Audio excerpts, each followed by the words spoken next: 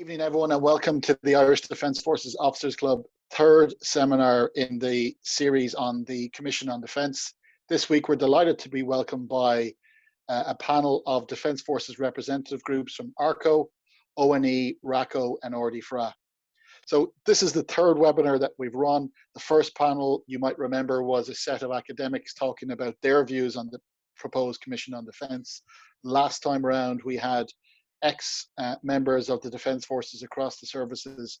And tonight, we're delighted to welcome the representative associations who bring a similar, but obviously a different take on what this commission means. Since this seminar series has kicked off, I suppose we've seen a lot changes happening within the defence community. We, of course, most notably have the Department of Defence now sitting with the Department of Foreign Affairs and with Minister Simon Coveny as the Minister in charge of that department. And it would seem that he is an active, committed minister, and there are lots of hopefully positive moves afoot in the coming months and years. Equally, we have a change in senior leadership in the Department of Defence, where of course people have recognised there has been some tensions in relationships between the military and the civil side, but hopefully as well, that's something that we can build on.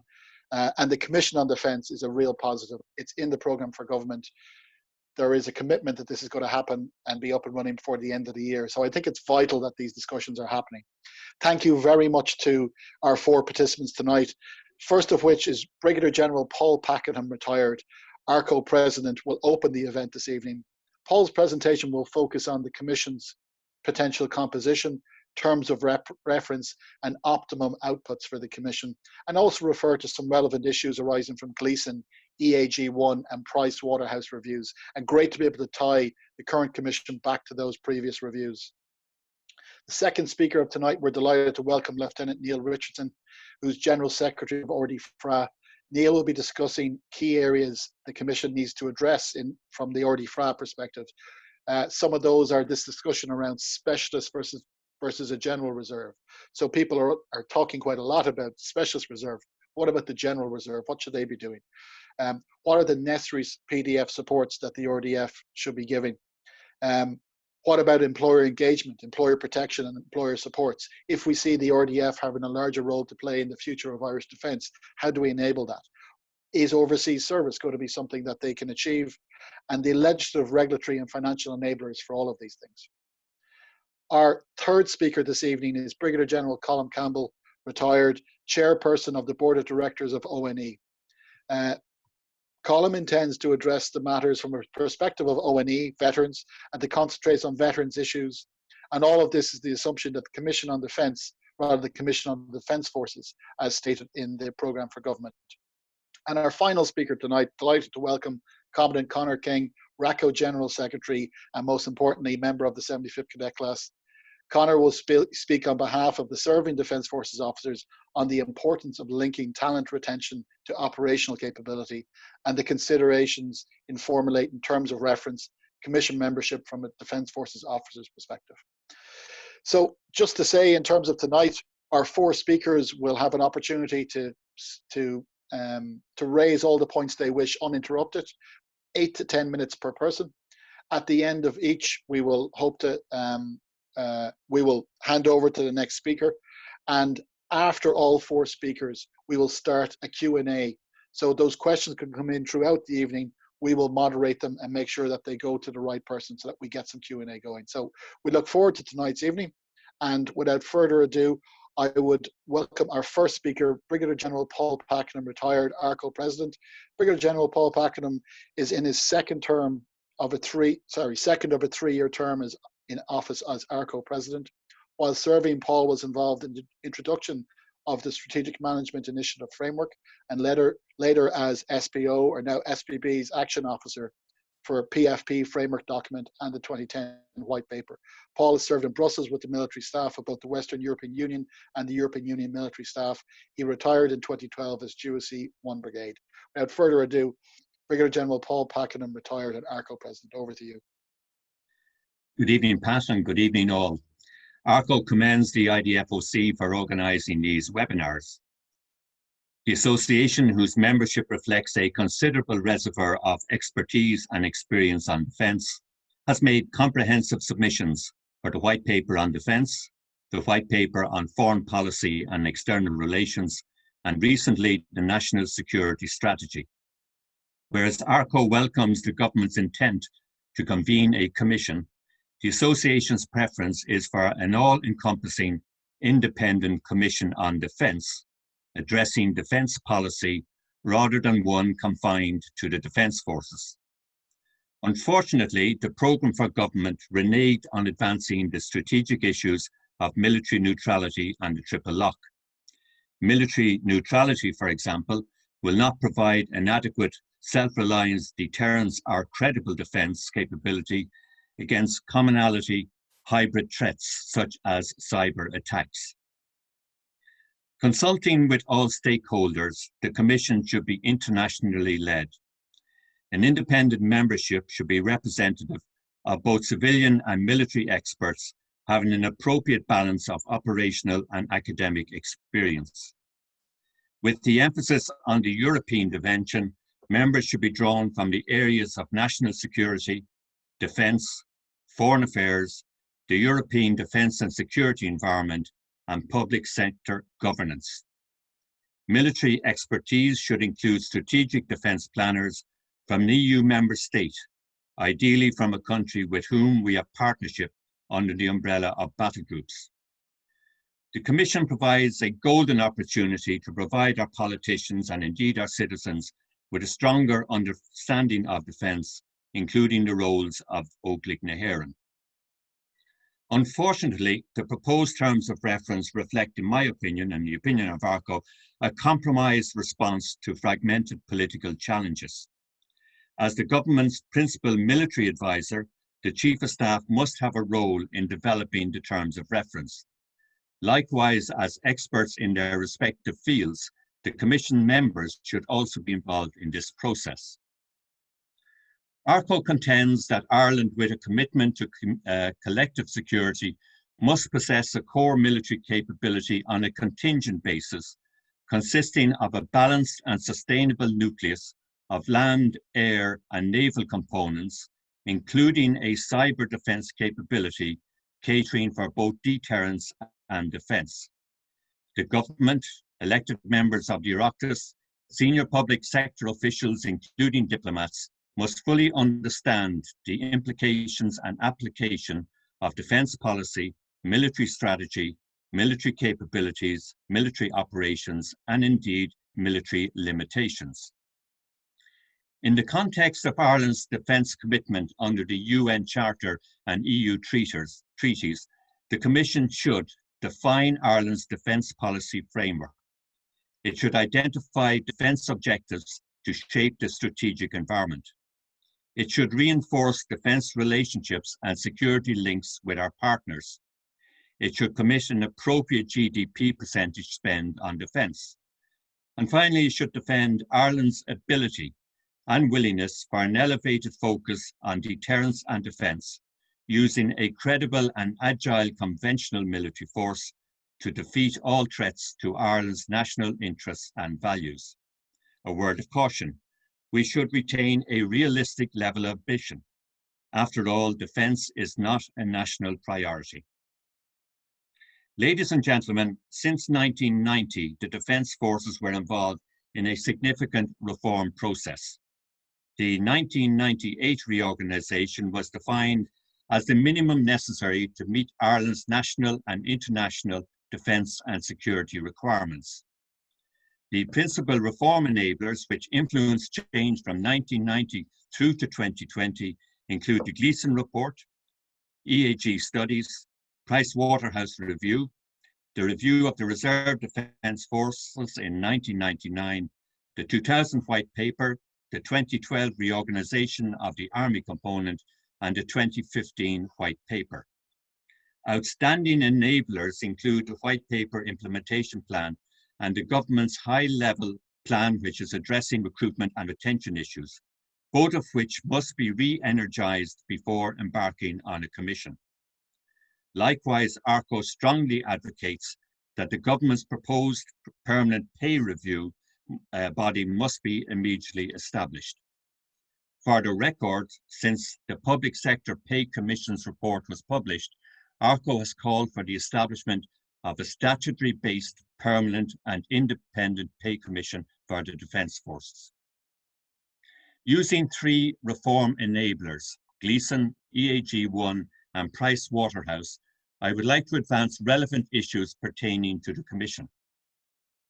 Whereas its specified terms of reference focused on pay and conditions of service, the Gleeson Commission highlighted significant organisational and structural deficiencies requiring attention.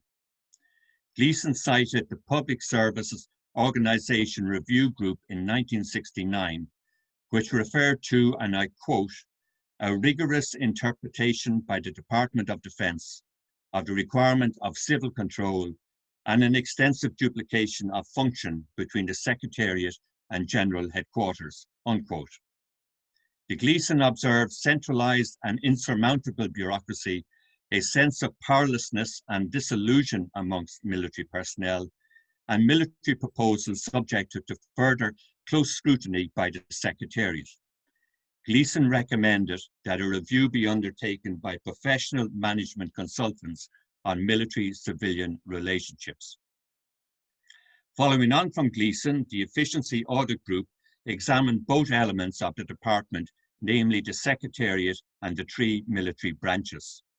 Apparently, this was the last time that an external independent review of the Secretariat has occurred. A number of radical proposals for the reorganisation of the civilian element were made by EAG1, such as its role should be confined to policy and audit, and that its establishment should be reduced to 100. In parallel, recommendations were made to appoint the Garda Commissioner and the Chief of Staff as accounting officers. In July 2006, under the Garda Síochána Acts, the role of accounting officer for the Garda vote was transferred to the Garda Commissioner. The earlier proposal for the Chief of Staff was successfully opposed by the Secretariat, who continued to exercise financial control to maintain the upper hand on the Defence Forces. For many years, the Secretariat has protected its interests and will, in ARCO's opinion, endeavour to influence the composition, the terms of reference and the recommendations of the Commission. A review of the Secretariat, especially the civilian-military interface, must be included in the Commission's terms of reference. Moving on to Price Waterhouse. Price Waterhouse was tasked to develop feasible options for the overhaul, and I emphasize the word overhaul, of the Defence Forces structures and systems. This was the first external review of Óglaigh na hÉireann since the foundation of the state. The review was seen as challenging, wide-ranging process conducted over 6 months by the core management team, by a very senior Canadian military advisory team, and by Defence Force headquarters.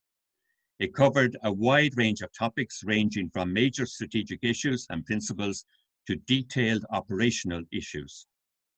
Regarding its methodology, Price Waterhouse initially gained an understanding of the defence and security environment. It critically reviewed the situation against the framework of redefined roles for the Defence Forces. And then, having regard to the threat scenario and assigned roles, Price Waterhouse then developed a set of force characteristics, following which they designed a set of options and formulated decision criteria to allow them to evaluate 3 identified options, and finally, they made 87 recommendations. Addressing an implied task concerning the military and civilian interface, Price Waterhouse recommended that the Council of State be re-energised and the establishment of what later became the Strategic Management Committee. ARCO supports the call for the regeneration of the Council of Defence. As an aside, ladies and gentlemen, one should note that the Defence Forces is not represented on the Ministerial Advisory Group.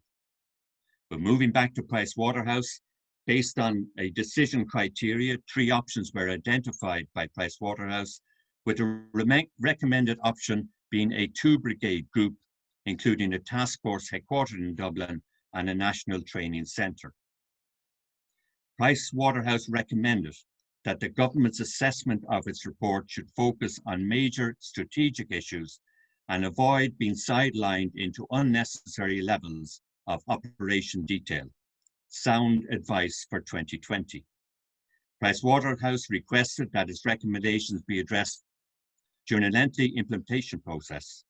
And despite being actively involved in the process, it's important to note that the general staff were highly critical of the final report.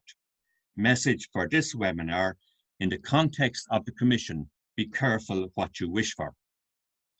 The government approved a 3-year reform plan outlined in the Defence Forces Review Implementation Plan, which was published in February 1996.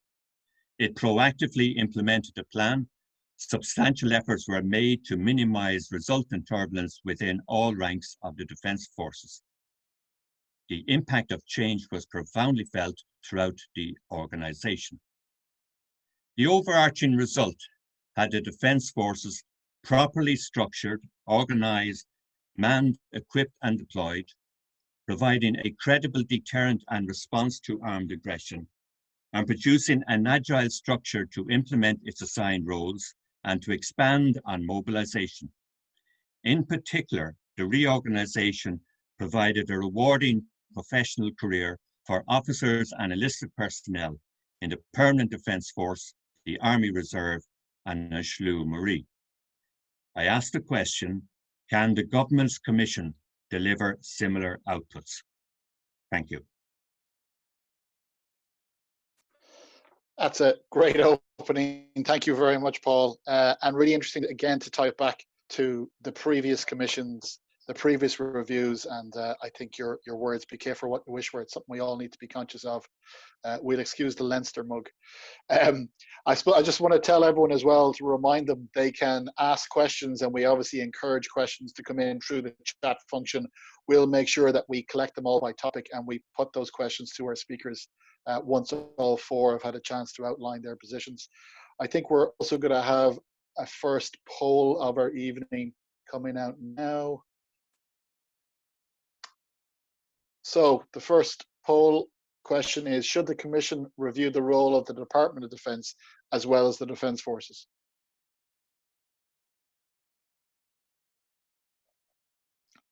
It'll be interesting. Well, it's probably quite predictable what we're going to get as answers there, but it's interesting to see nonetheless.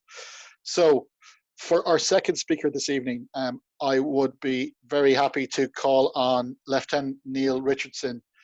Lieutenant Neil Richardson has been employed as full-time as General Secretary of RDFRA since 2014. He joined the RDF in 2008, promoted Corporal in 2011, and commissioned in 2012.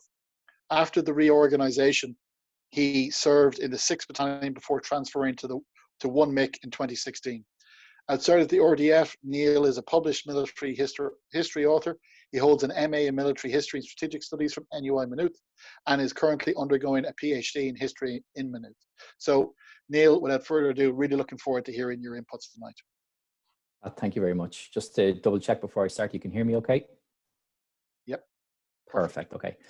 I suppose I'm going to open with a question.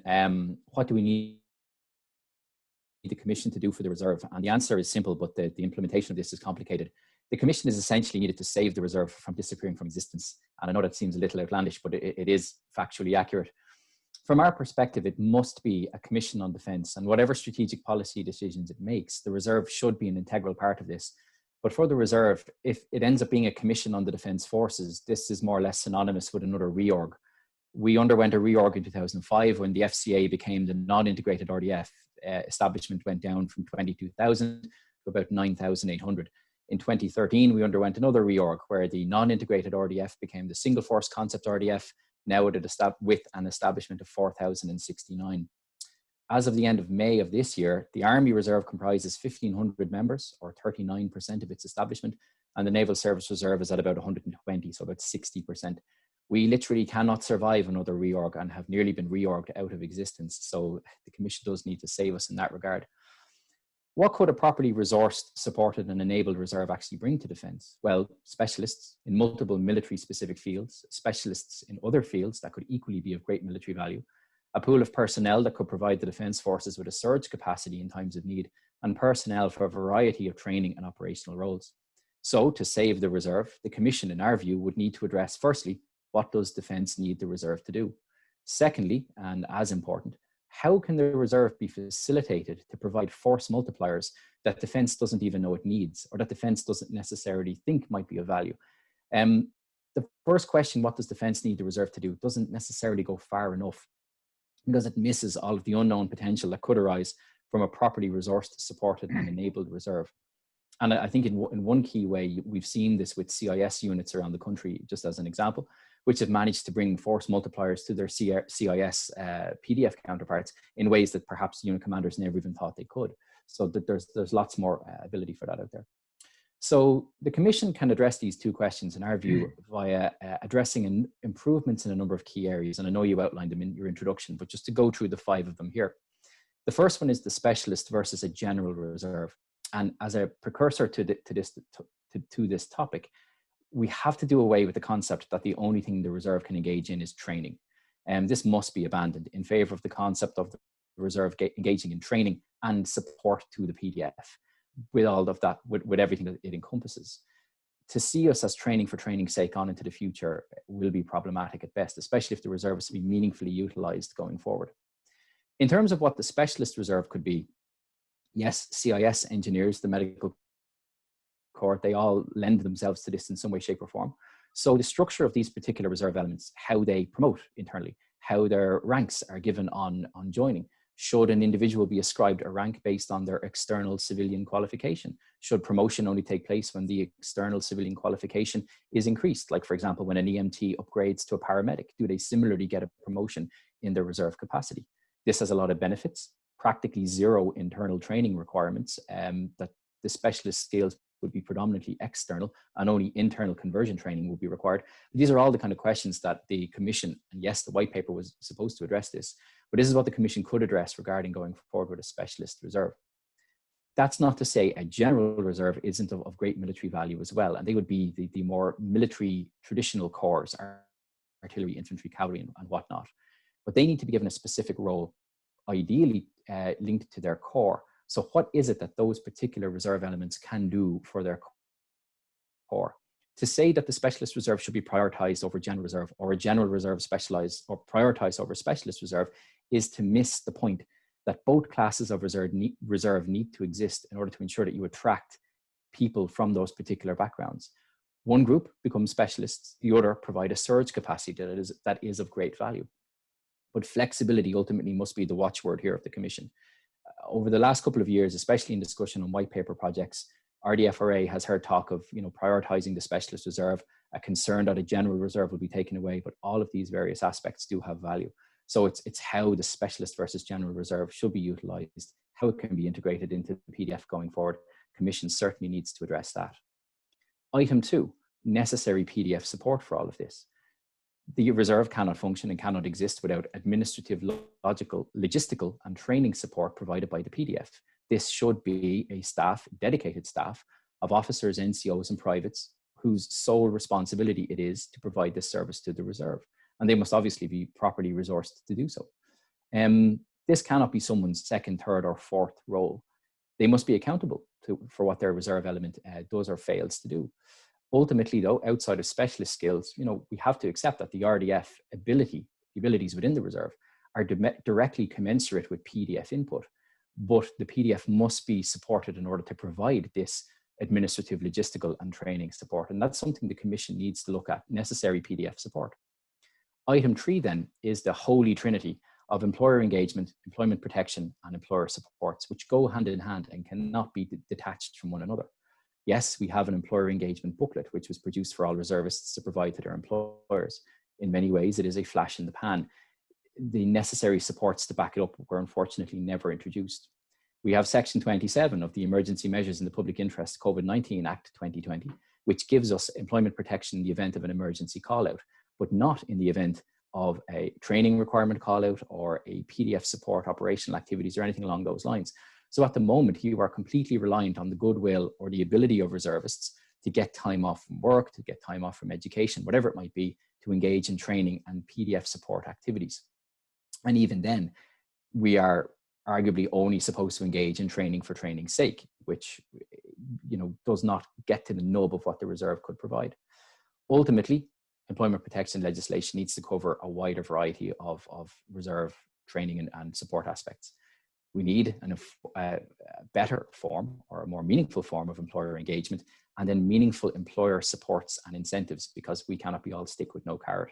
So that employer engagement area is something that the Commission would need to address in order to create a reserve that could be of better use to the state and the Defence Forces. Item 4, overseas service. Now, there's multiple ways that the reserve can engage in this, and we're not necessarily saying that a newly promoted RDF 3-star private would find themselves in UNDOF and UNIFIL. There's much more immediate ways that reserve specialists can engage in overseas service that then benefits the entire organisation. And I'll just draw the listeners' attention to the Defence Amendment Act 2006. It covers various criteria under which individuals, specified at the moment as only members of the PDF, can be dispatched for service outside of the state, and for the following reasons: carrying out duties as a military representative, or filling appointments or postings outside the state, including secondments to any international organisation; conducting or participating in training; carrying out ceremonial duties; participating in exchanges or undertaking visits; undertaking monitoring, observation or advisory duties; participating in or undertaking reconnaissance or fact-finding missions; undertaking humanitarian tasks in response to an actual or potential disaster or emergency; participating in sporting events; or inspecting and evaluating stores, equipment and facilities. An amendment to this Act, which is currently being proposed by RDFRA, would allow reserve specialists such as medical officers to attend conferences overseas. It would allow CIS experts to be involved in what CIS experts need to do overseas for short duration to support PDF deployments. It would allow training and fact-finding missions to take place north of the border. And the three things I've just mentioned, the reserve tried to do them over the past couple of years and were shot down because reserves are not allowed go overseas at present. This would be a soft approach into overseas service that would be very, very beneficial to the state if such a thing would be allowed to take place. Again, it wouldn't allow the reserve to participate in missions such as UNIFIL or UNDOF, but it definitely creates an output for reserve utility. Finally then, and perhaps the trickiest of all, is item 5, which the Commission would need to look at: the legislative, regulatory and financial enablers. The Defence Acts and the DFRs, and in particular DFR R5, would need to be tremendously overhauled by the Commission on Defence in order to create documents that were fit for purpose and facilitated a reserve going forward into the future. At the moment, RDFR R5 is out of date since before the last reorg. The last draft we have of this is 2005. We were reorged again in 2013. No new document was updated or produced since that time. So we're 7 years without the key document underpinning the reserve having been updated. In terms of financial enablers, you get what you pay for. At the moment, and I've just used an example here, a line captain in the PDF Class A on first point of their pay scale as per the 1st of January 2020 pay scale will get in practice €919 gross per week before allowances. A reserve captain in the exact same situation, Class A, first point of the pay scale, will receive €739, or a deficit or a difference of about 20%. I don't have time to go into all of the legacy issues as to why that is the case. However, that same reserve captain must do 7 days in uniform to earn that gross wage. The PDF captain, arguably, all things considered normal, will do 5 days in uniform and will have a weekend off. So that rises to a 43% discrepancy if you consider it as days done in uniform. The reserve can't avail of additional allowances. The rate of pay will never rise above the first point on the pay scale.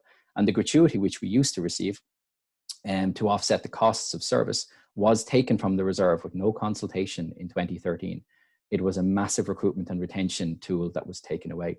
So you have a situation here where we're attempting to recruit specialists or dedicated people to serve the state in a part-time capacity with scraps. And the reserve, make no bones about it, the reserve is surviving on scraps at the moment.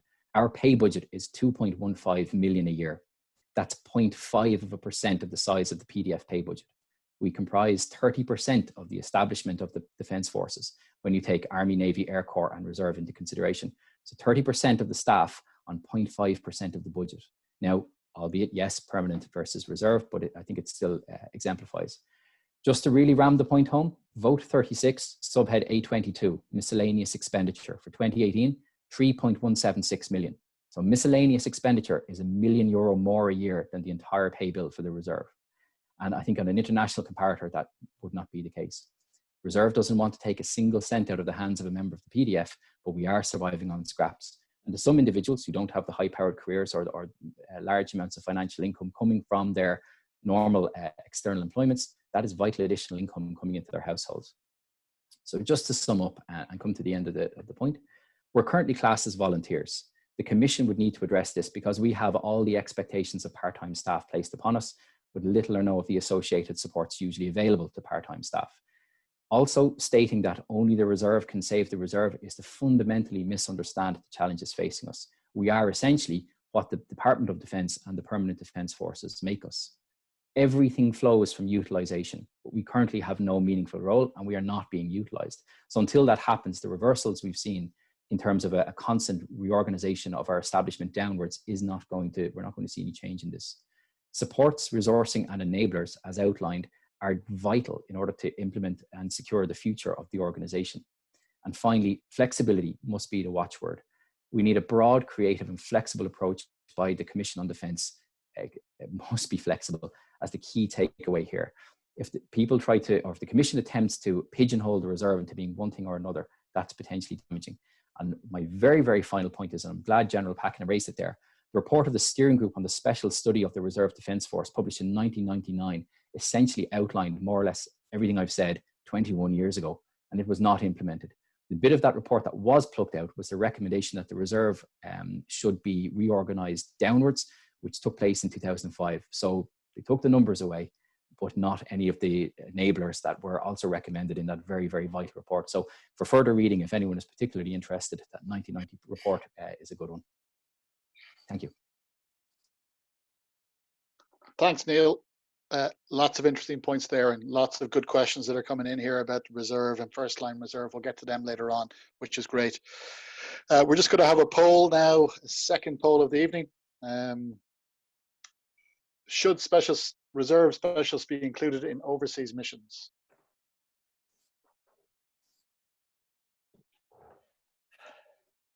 So I'll give everyone an opportunity to answer that.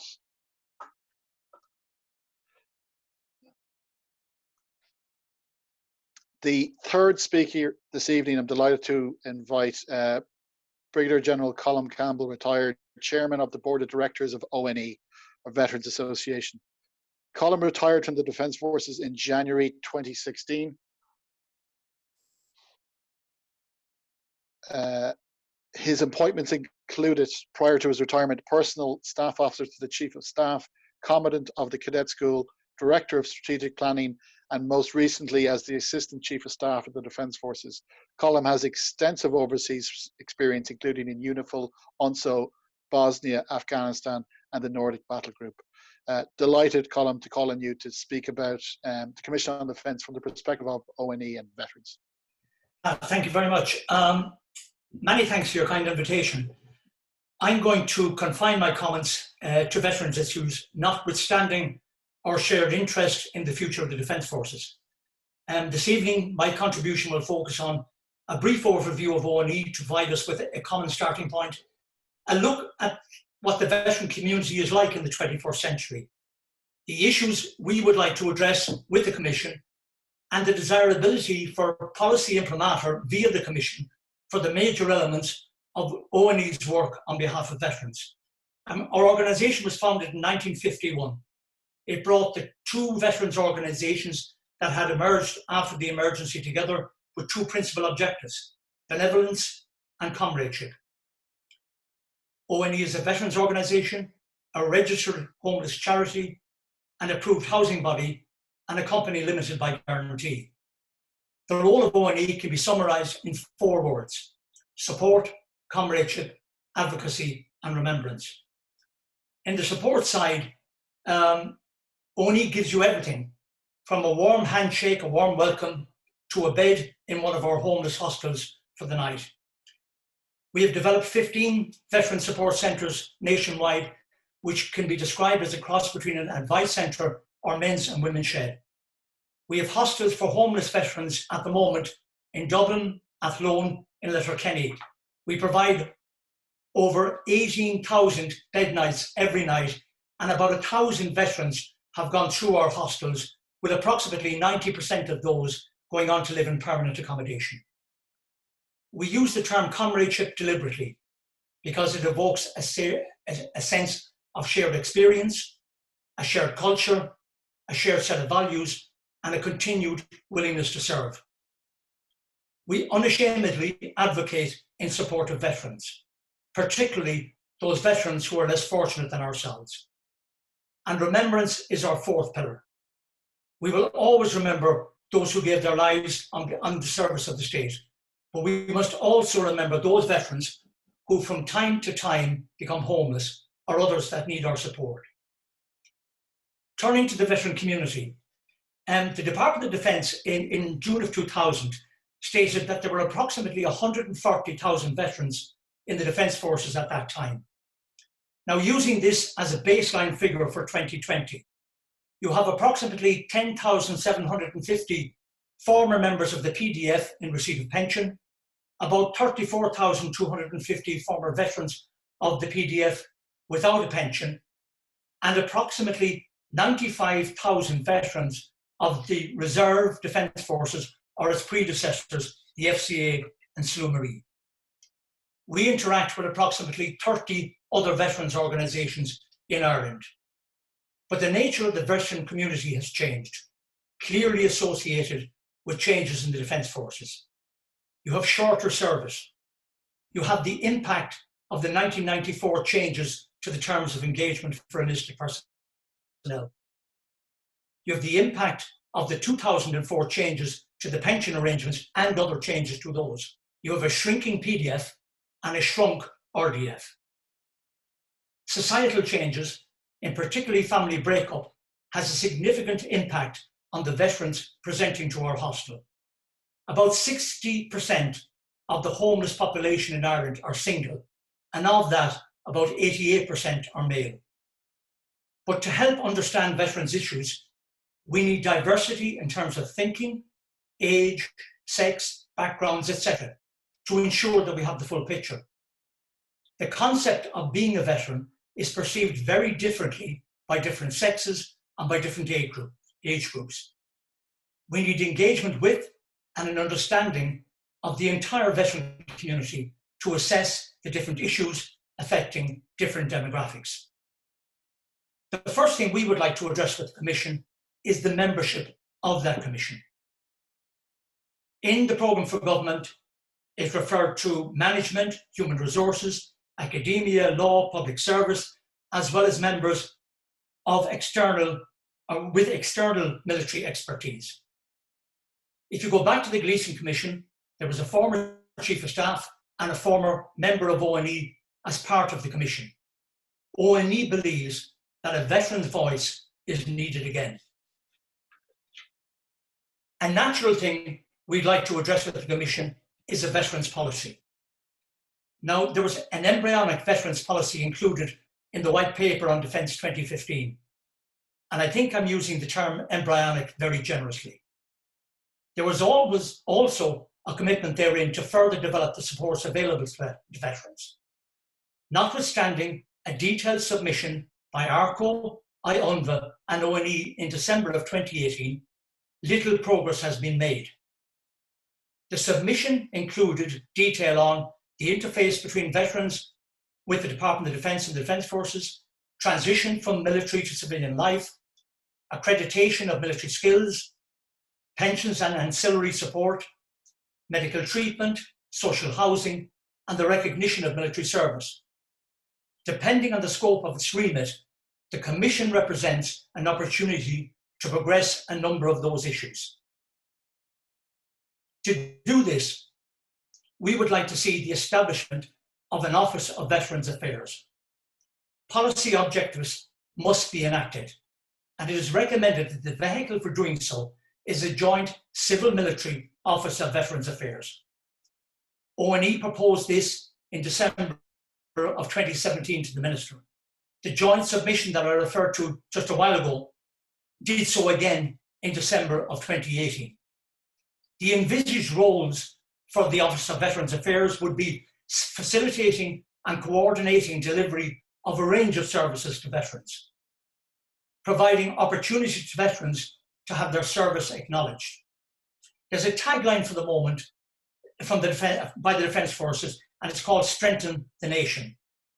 ONE believes that veterans continue to strengthen our nation.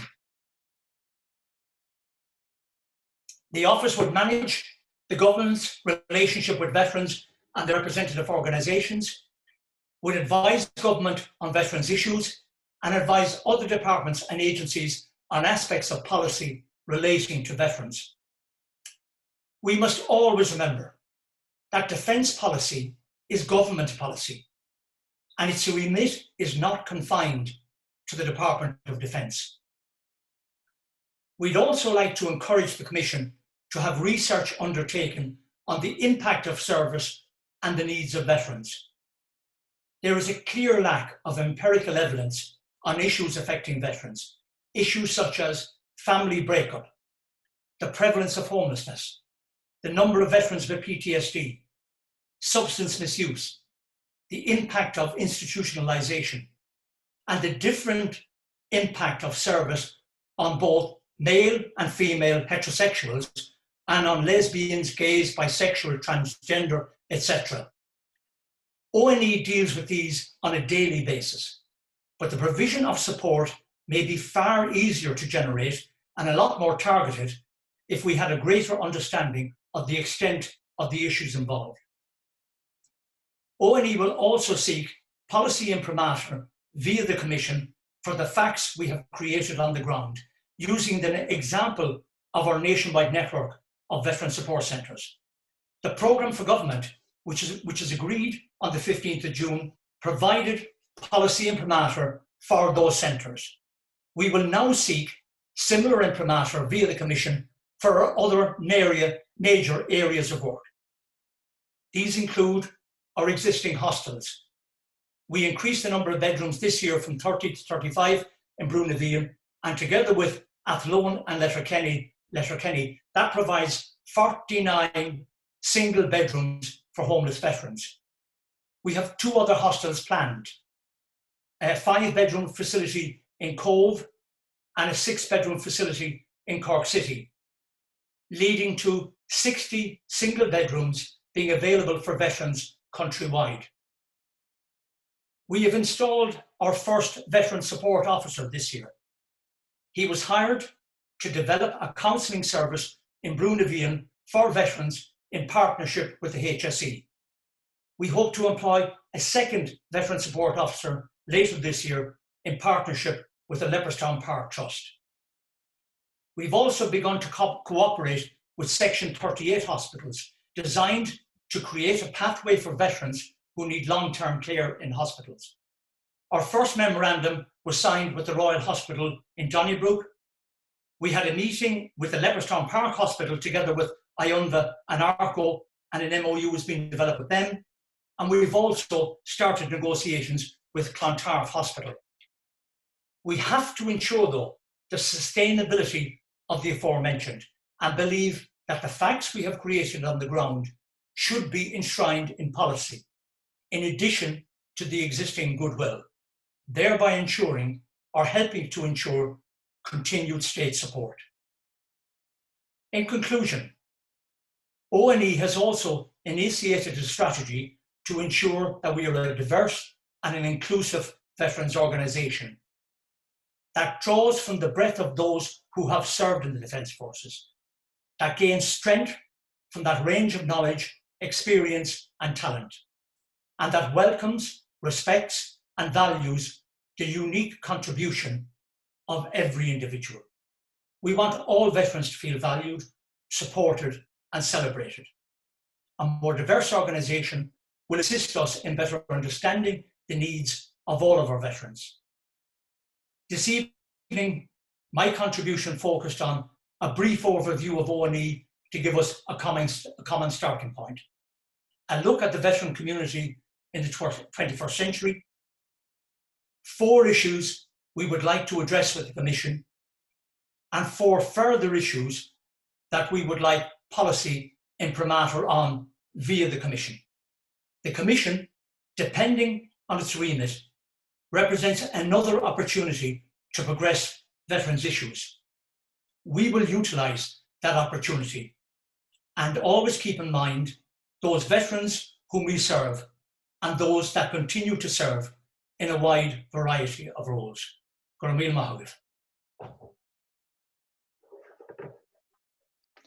Thank you very much, Colm. Great to hear from the veterans of the Defence Forces, and great to hear that number that you referenced at the start, how large the defence community is and veteran community is, and important that we're tapping into that community more and more. And I think we're trying to do that through these webinars. We have a third poll of the evening ready to come up here in a moment. So, should the Commission address the issue of a veterans policy?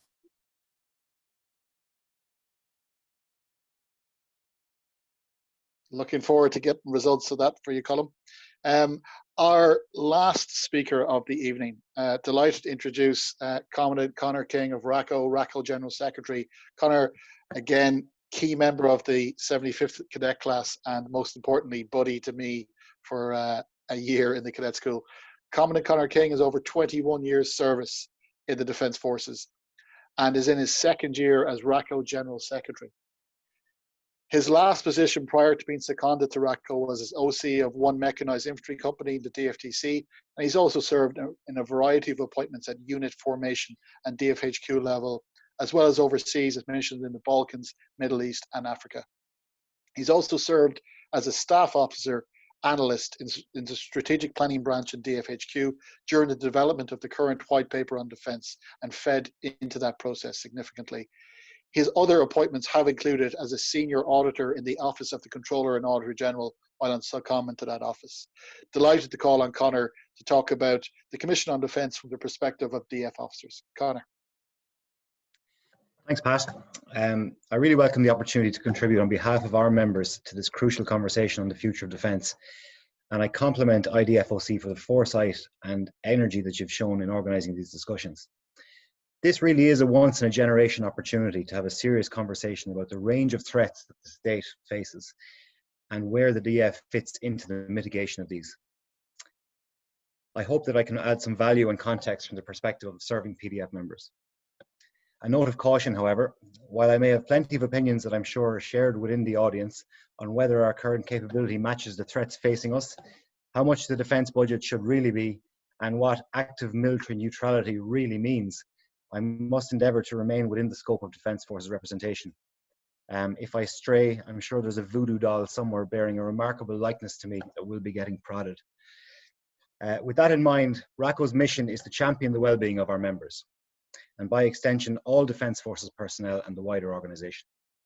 There are, of course, intrinsic limits to representation that we do accept, such as a prohibition on industrial action, mindful that there should be a premium attached to this prohibition. We are the competent military authority on Defence Forces pay and conditions of service, and we're mandated to negotiate directly with government on behalf of our members to that end. We represent 97% of Defence Forces officers in a strong, professional and truthful manner. We're identified as a strategic partner to the Defence Organisation and have a statutorily based role in employee voice, leadership and change management to positively influence outcomes. We are one leg of a three-legged stool, and while we will hold management to account, we do so only for the betterment of the Defence Forces, mandated of course by our National Executive on behalf of RACO's members. During RACO's appearance before the Joint Oireachtas Committee on Foreign Affairs, Trade and Defence in May 2019, we asserted that the cost benefit of retention over recruitment is indisputable. The unique demands of Defence Force service require specialist in-house military training and the development of military specialist skills. Unlike other entities, the Defence Forces cannot draw on externally trained professionals to immediately fill organisational vacancies. We wondered aloud at that time, at what point of dysfunction would management favour retention over the continual failing demands of recruitment? We can't go to market to replace a middle manager, such as an experienced captain or sergeant. We replace them with cadets and recruits. At a turnover rate then of 9%, subsequently went to 10%, the policy is doomed to fail. With this in mind, we stated on that day that a comprehensive external review, similar in nature and scope to the Gleeson Commission in 1990, should now be considered by government, where management was unable or unwilling to address the underlying organisational issues, and we're pleased to see that this call has been somewhat heeded. Moving on to the programme for government, it asserts that the Commission will undertake a comprehensive review on arrangements for the effective defence of the country at land, sea and in the air. But what about cyber and space? Okay, well, we're not going to be embarking on any lunar missions in the medium term. Any realistic 21st century threat assessment must have cyber defence and cyber security at its core. Structures for governance, joint command and control, and the brigade structure. There's really a lot in this, much of which is in fact included in various White Paper 2015 projects, alas, many of which have not yet commenced, 5 years into the project. Pay and allowances and composition of the defence forces, and recruitment, retention and career progression. We're getting back to Gleeson here, and not before time. It should be noted, however, as was alluded to by previous contributors in previous weeks, that we're suffering from a sort of review fatigue at this stage. Guys, the research has been done, the results are in. The turnover rate and the associated deployable strength are all that count as KPIs in this regard. We should earnestly hope that these measures will be fast-tracked, not in lieu of governance reform or comprehensive threat and future force structure analysis, but in tandem with this essential work. And of course, the contribution of the Reserve Defence Forces, which Neil has comprehensively covered, though I would absolutely echo the requirement for the reinstatement of a PDF cadre for obvious reasons. The Commission would consult widely on the terms of reference, which will be established by the end of 2020, with a mandate to report within 12 months. Ambitious. We are expecting to be contacted regarding our own views on the TORs any day now. The outcome of this review will remain grounded in a policy of active military neutrality and participative multilateralism, there's a mouthful, through the United Nations and the EU. Upon completion of the Commission's work, a permanent pay review body would be established, reflecting the unique nature of military service in the context of the wider public service. All recommendations by the Commission or the successor body, the pay review body, and their implementation must, according to the text, be consistent with national public sector wage policy. We can see why this was included, but here's the rub. The Defence Forces is, according to the CSO, consistently at the bottom of the public sector pay table. It's only through the breaking of relativities with other sectors that we can ever hope to become an employer of choice again, ensuring the capacity to deliver by retaining our human capital. Rigid adherence to national pay policy, and at the same time recognising the unique nature of military service, are uneasy bedfellows. RACO has consistently raised the issues of defence forces, and particularly officer retention and conditions of service, and linked these to organisational capability. We commend the efforts of our former member, Dr. Jerry Waldron, in making such a great success of Slaughndale earlier this year, and we recognise the importance of having a national security conference publicly debate the state's requirement for the first time for this national security strategy, and the essential role the defence forces will play in implementing it. RACO contributed an extensive submission to the strategy formulation process, which reflected the knowledge base that exists within our membership, and looks forward to the publication. It's of course imperative that Óglaigh the Hare must always retain and build on its core competencies to allow it to fulfil the crucial roles that will be identified by such a national security strategy. It's highly likely that such a strategy would identify the possibility of a global pandemic as one of its high-level threats. As we're all too aware, this pandemic has become a reality, and the state has mobilised its assets to mitigate this threat. As part of that response, the DF has temporarily stood up a joint task force to primarily assist the HSE in a variety of tasks, ranging from contact tracing to testing to log support, including test centre construction and PPE delivery. The Joint Task Force Commander has rightly identified the diversity of skill sets possessed by officers attached to the task force, both serving and reserve, might I add, from all services. A capacity to respond quickly, professionally and in an agile manner to imminent threats is only possible if the Defence Force retains these skills, earned through years of training and experience both domestically and overseas. The state has been fortunate to be able to utilise the reservoir of competencies that exists within the organisation across 3 services, and which the JTF has been able to draw from during the Defence Force's response to COVID-19 in support of the HSE. Our people receive excellent training, and then they put it to the test both domestically and overseas, which ultimately provides the organisation with a diverse range of skill sets to respond quickly and effectively when a crisis emerges. One might then have imagined that we would then look to, at the very least, retain these personnel, if not increase their numbers, yet the hemorrhaging of talent from the organisation has continued. Interested parties will be aware that the high-level implementation plan strengthening our defence forces is failing to meet its agreed timelines in over half of its assigned projects. This would be wholly unacceptable at any juncture, but to consider that it's occurring at a time when the Defence Forces has been responding quickly and effectively to an unfolding public health emergency is actually unconscionable, in spite of the retention crisis. The new programme for government contains some positive commitments for the Defence Forces, which, if delivered, have the potential to really improve the lot of the organisation and raise morale. Enhanced healthcare benefits for enlisted personnel and the commitment to finally implement the health and safety provisions of the EU Working Time Directive are encouraging and well behind time at this stage. 30 years after Gleeson, the announcement of a Commission on Defence is timely and with the right approach can be of great benefit to the organisation. Our members feel strongly that it is essential that all aspects of the organisation, both civil and military, are examined in order to determine the most effective governance model to drive capability and retain capacity. The pledge to introduce the permanent independent Defence Forces pay review body that recognises the unique nature of military service is also welcome, and we have been consistent in seeking the introduction of such a statutory body. We must be clear, however, that immediate retention measures are required to stop the bleed.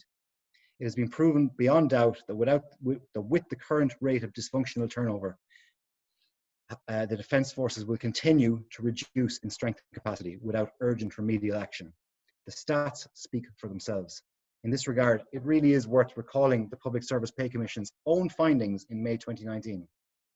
And let me quote, "The conclusions from this study suggest that the Defence Forces is at a critical juncture. The findings presented intimate that without immediate and substantial intervention, particularly in respect of pay, allowances and pension entitlements, the organisation may, within a short time frame, face major difficulties in maintaining its personnel and carrying out its mandate." And what does that mean for our own defence capability? The Commission will be unwise to ignore this. We welcome the appointment of Minister Simon Coveny as Minister for Defence, a role which he assumes in addition to his role as Minister for Foreign Affairs. Minister Coveny last held the defence portfolio in 2015 and indeed signed off on the current white paper at 15 to 25. It is hoped that his appointment at such a crucial time for the DF will provide badly needed impetus to the implementation of a strategic plan for the Defence Forces. For defence indeed, with over half of the 95 white paper projects yet to commence and less than 20% completed. RACO will of course work with the Minister in a constructive and collaborative manner, and his portfolio is shaping up to be an extremely busy one, with the task of restoring morale in the Defence Forces competing inevitably with Brexit and all the challenges it encompasses, along with filling Ireland's recently attained seat in the UN Security Council. We absolutely wish the Minister well in his new brief, and we look forward to regular and constructive engagement. Let's not forget, we're all on the same side. Finally, I agree wholeheartedly that the Commission on Defence must be outward-looking and draw on the experience of experts from all quarters: civil, military, academic, serving and retired, domestic and international, while most importantly consulting with all stakeholders. I also agree with previous speakers that it should not be encumbered with the remuneration and retention of personnel. Rather, this must be an ongoing effort, but one at which we are currently failing. Essentially, in blunt terms, the Commission must figure out what it is Ireland wants the Defence Forces to do and then resource us to carry out the assigned roles. Our members firmly believe that a realistic 21st century threat assessment must be carried out comprising all of the 5 domains, and the resource envelope must then be allocated accordingly. We have to communicate our relevance to our fellow citizens in language they can understand and demonstrate the value for money of a strong and visible defence force as a cornerstone of security, economic prosperity and national well-being. But if retention is ignored, then by the time the Commission has concluded its deliberations, there might not be too much left to deploy, and the state will be all the worse for it. It takes years to build a capability, but only a minute to lose it. Finally, we cannot allow the likes of COVID-19 and the inevitable shock to the public finances to be a reason not to invest in defence. On the contrary, it is specifically for black swan events, such as a global pandemic, that we need a robust national insurance policy that the Defence Forces provides. We'll miss it when it's gone. Thanks. Powerful stuff, Conor. Thank you very much. I have a hell of a lot of questions coming in here, so what I'm trying to do at the moment is bracket them into general topics. So we have a lot of questions coming in about the reserve, and Neil, of course, I will send a lot of them your direction. Paul, you spoke about the number of other reports that have been done through the years, and there's questions around how do we ensure that this report gets implemented. So I'll come back to that.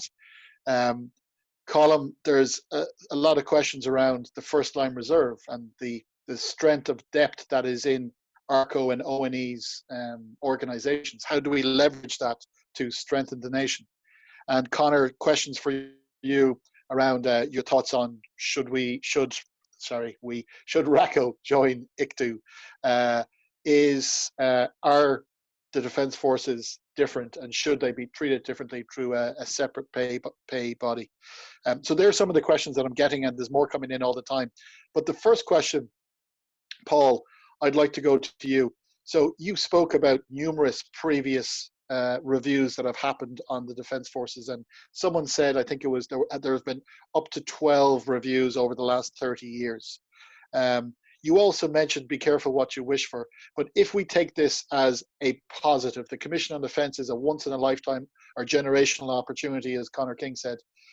How do we ensure how do we ensure that the recommendations of this commission are implemented? Have you any thoughts on that, how that should work? Any lessons we could learn from the past, and perhaps any lessons we could learn from the recent Commission on Policing, which appointed a non-executive board of directors for the Gardaí? Paul?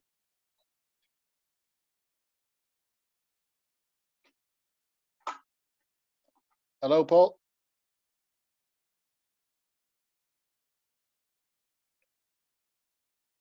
Okay.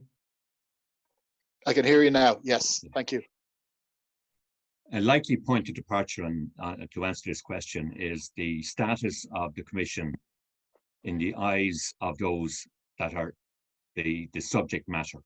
And it's very, very important that personnel of Óglaigh na hÉireann, and indeed the civil members of the Department of Defence, have confidence in the composition and terms of reference of the Commission, that when the report is actually delivered, that they will have little or no difficulty in implementing it according to a particular plan.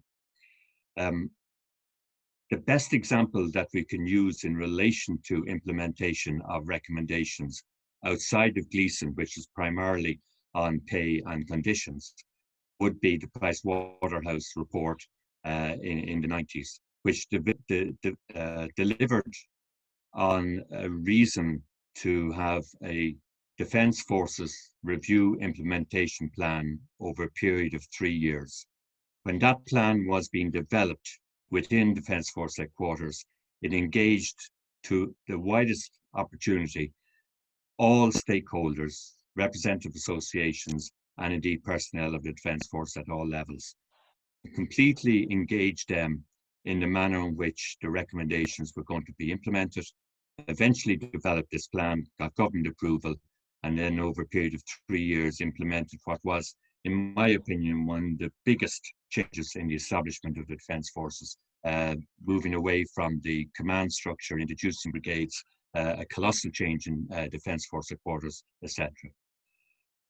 So it's very, very important that when the Commission reports, those elements of the Commission that require action should be listed, not unlike the action plan for the white paper, but the examples we have with the white paper and the high-level government plan for retention and recruitment, the lesson from it is that it needs senior level leadership to drive both plans from both a military and a civilian perspective. So the implementation of the Commission's plans will require strong leadership at all levels, but an understanding by the stakeholders that what has been changed is to their benefit and to the benefit of the country. Great. And Conor, can I come to you briefly on that as someone who is currently involved in a number of reports that are that you're trying to have implemented, that is across the military, political, civil side. I mean, would you have any thoughts on how you could see that being improved?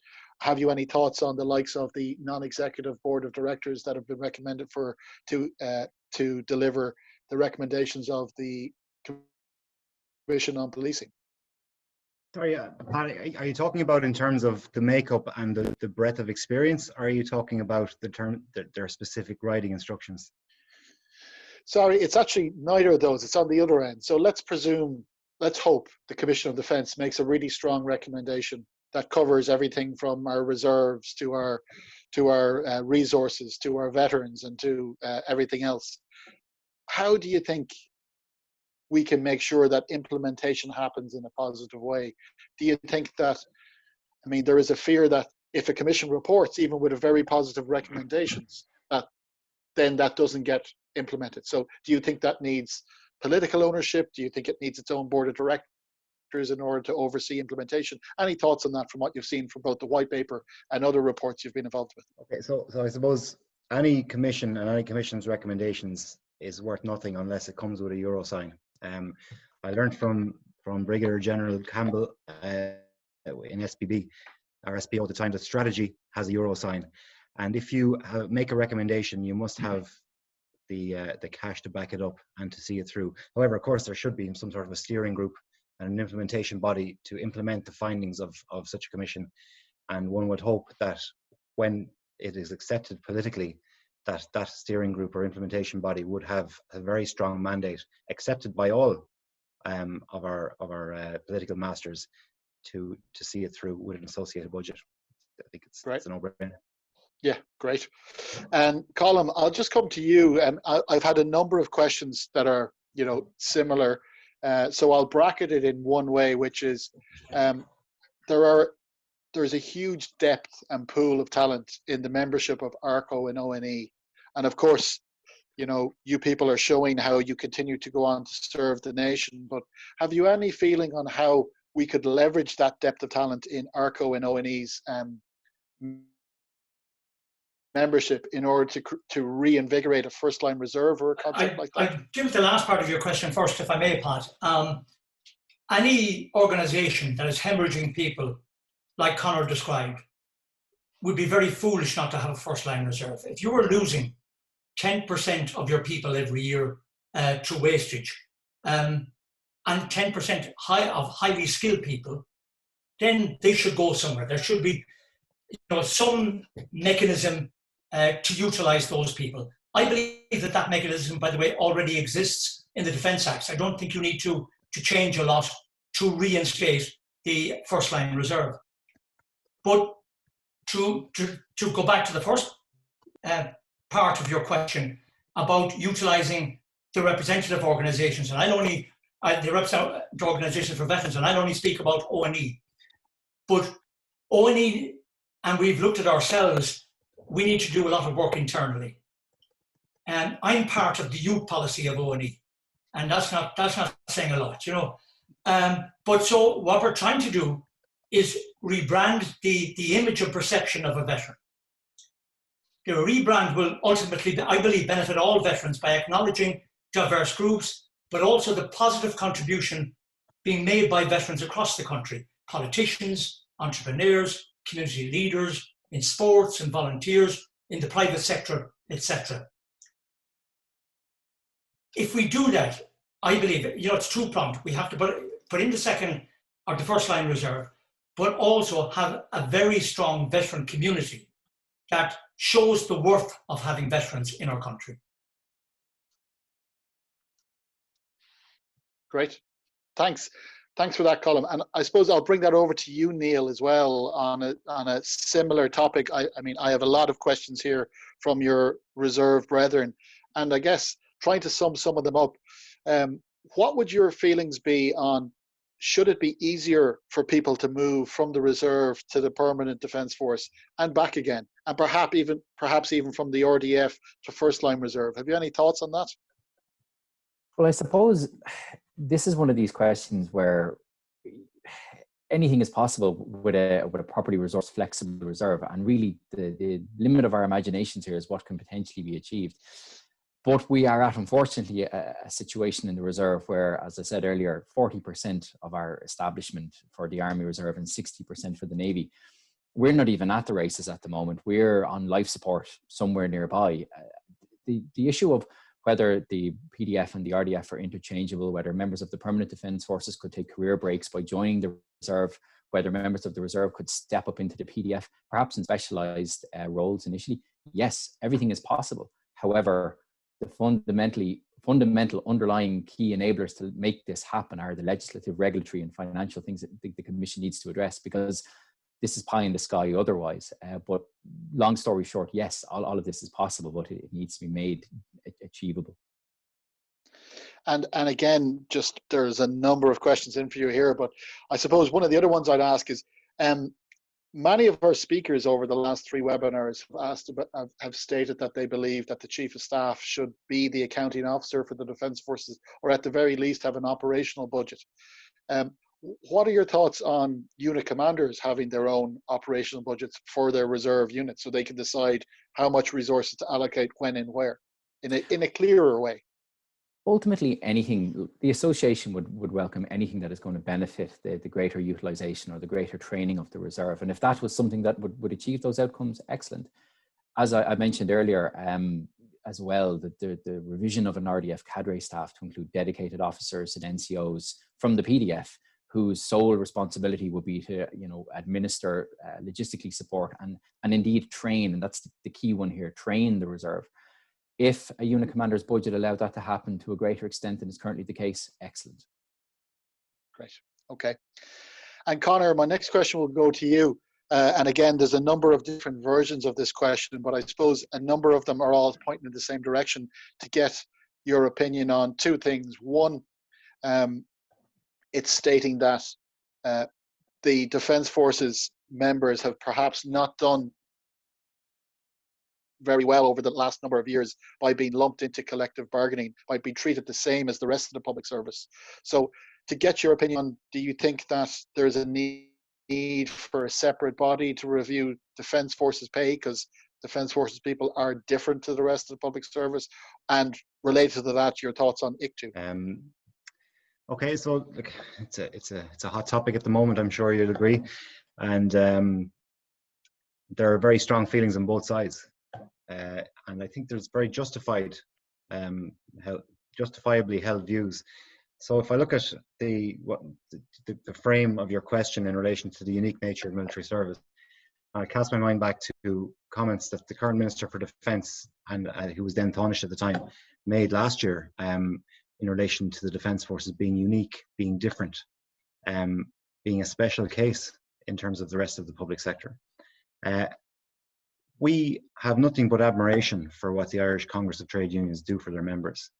They represent 300 to 400,000 public servants, many of whom are at the front line. But the major difference between those who are in ICTU and those who are not is the prohibition on industrial action. And RACO members believe, for a number of reasons, that our place is not currently with the Irish Congress of Trade Unions for that very reason. We can never countenance a time where we would be on the picket line, or we would be withdrawing our labour. There's also the question of uniqueness, and unfortunately we don't see from a strategic perspective how the Public Services Committee of ICTU could allow a member of ICTU to break relativities with the other members of ICTU. And what is required in the Defence Forces in order to make it an employer of choice, like I mentioned in my opening statement, is to break those relativities. We're currently at the bottom of the public sector pay scale. 85% of PDF members are below the average public sector wage. And the only way that we're actually going to get, even up to the mid-table, make the Defence Force attractive and retain the talent that we actually spend so much money to retain, to train, is to actually break those relativities and get some sort of sympathetic consideration. It's that simple. We're not looking for special treatment or preferential treatment. We're looking for equal treatment. And at the moment, there's too many, particularly in the enlisted ranks, who cannot afford to actually even come to work, never mind stay in the job. Does that answer your question? Yeah, I think it's an excellent answer. In fairness, dealt with it very clearly. And I suppose then the follow-on question is related to that. Like you stated in your piece that probably the Commission shouldn't be focused on paying conditions, but it does have to be dealt with. So, like, any thoughts on how that could work? What's the best mechanism? I suppose, let me just be clear in relation to the Commission shouldn't deal with paying conditions. We need to deal with paying conditions now. Like I said, we're suffering from review fatigue. The stats are there. You know, the government's own research forecast that 60% of enlisted personnel would leave in the next 2 years. Our research forecasts 79% of our officers who have joined the organisation since 2013 are going to leave way in advance of their mandatory retirement ages. It's the antithesis of value for money. So, like, we have done the reviews. We have proven beyond a shadow of doubt, unchallenged in public record, that with the current turnover rate, even with ploughing 700 plus people into the organisation on an annual basis, which we cannot do at the moment, we're never getting back to 9,500 without immediate interventions. So these interventions should have happened yesterday. The implementation plan is way behind schedule. So, like, what I'm saying is the Commission on Defence is about more than paying conditions, but it isn't an either or. It must be done in tandem. We can't sacrifice paying conditions and ultimately retention for governance structures. But of course, we can't sacrifice governance structures to fix pay and conditions and retention. It's holistic. It has to be holistic. Great. Thanks for that. Paul, I'll go back to you actually for another question. I mean, I have a number of questions coming in here relating to the Department of Defence, relating to closer cooperation with the Department of Defence, relating to how do we enhance the defence and security expertise within the Department of Defence. And I suppose to go back to some of my opening remarks, we now have Minister Coveny, a new minister who seems to be taking a very proactive approach to defence. We are expecting a new Secretary General to join the Department of Defence in the coming weeks and months. Paul, so what's your opinion on this? Is this a chance to wipe clean the slate, reinvigorate the relationship between the civil and the military in order to deliver what both the Defence Forces in Ireland needs, which is a reinvigorated Defence Forces? Well, Pat, there is close cooperation between the civilian and military elements of the department at some areas. For example, we have the Strategic Management Committee, we have the High-Level Planning Procurement Group, we have the Office of the Emergency Planning. The latter is a joint establishment with both civilian and military and is working very satisfactory. And then overseas, we have both Defence Force personnel and DoD personnel, and indeed DFA, working together in our perm reps in Brussels, in New York, and OSCE. So at the work level, there is good cooperation, in my opinion, between the military and civilian personnel within the Department of Defence. Perhaps what is needed is a complete review of terminology. For example, ARCO holds the view that the term defence organisation needs to be defined to ensure that the term is understood to describe tasks undertaken at the lower level and does not provide for an overarching body that is governing the Department of Defence. That could be a good starting point. But as you have stated, yes, there is a turnover in the leadership, both at political and within the Secretariat. Everything like that augurs well for the future, but that doesn't mean that you can blame the senior level leadership of the situation that pertains today. But I quoted the 1969 assessment of the relationship between the civil and military elements of DoD in my opening remarks. And to be honest with you, it would appear from my assessment of what's prevailing for the last 10, 15 years, that has not changed. There is a need for both the military and civilian individuals in the Department of Defence to work hand in glove at all levels. And Colm, I mean, this is something you would have seen as ACOS, as Assistant Chief of Staff, and like a particular situation I think of comes to mind where we have Commandant Sharon McManus of the Engineer Corps essentially co-opted and seconded into the Department of Defence ISDP branch. Like, do you think that's a type of model that we're going to see more of, so that we're bringing defence expertise and marrying it with policy expertise at the strategic level?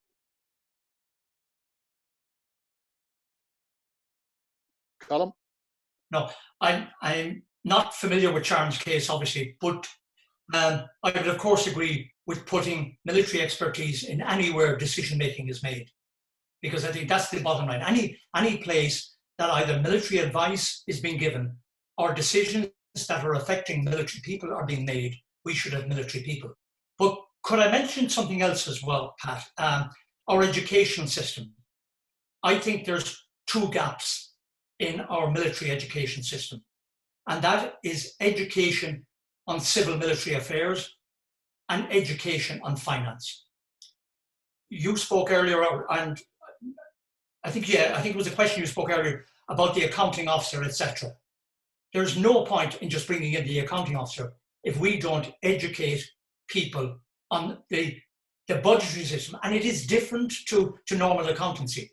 Unless people understand how budgets are created, defence budgets are created, how government budgets are created, we're at nothing. So that's one area. And other forces study civil-military relationships. We haven't got it right since the foundation of the state, and yet we don't look at it. And like it's nothing new. It went sour in 1924, and it hasn't recovered since. So should that be part of the Commission of Defence terms of reference to look at that? I think honestly, Pat, we can do, when I say we, I'm talking about the Defence Forces, can do this themselves. I don't think we need any commission to put those two items into effect. Great.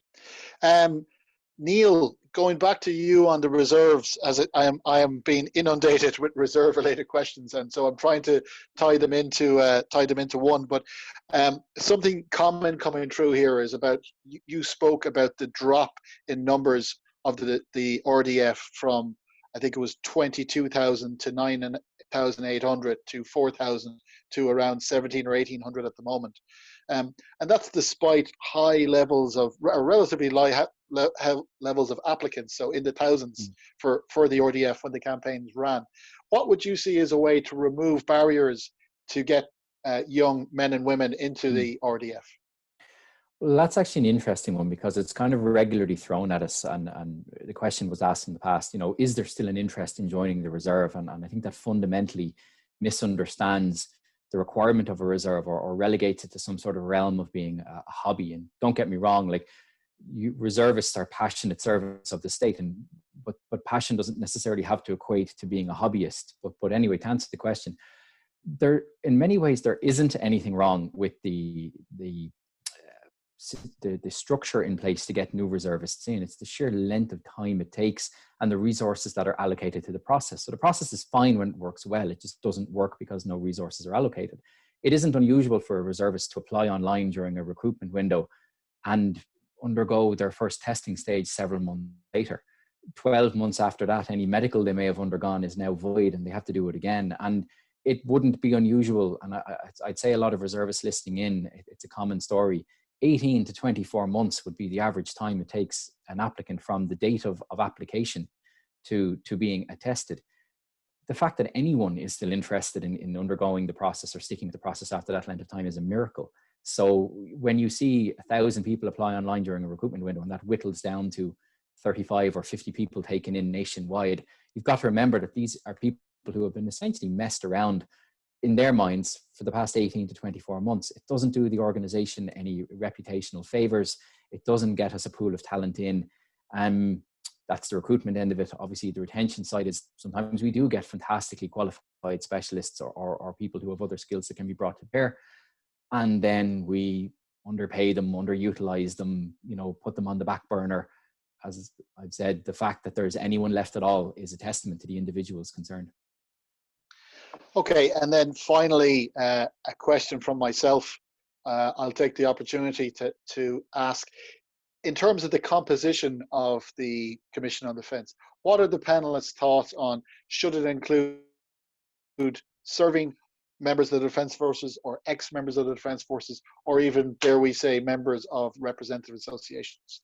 Open it up to the panel. Anyone have any thoughts on that?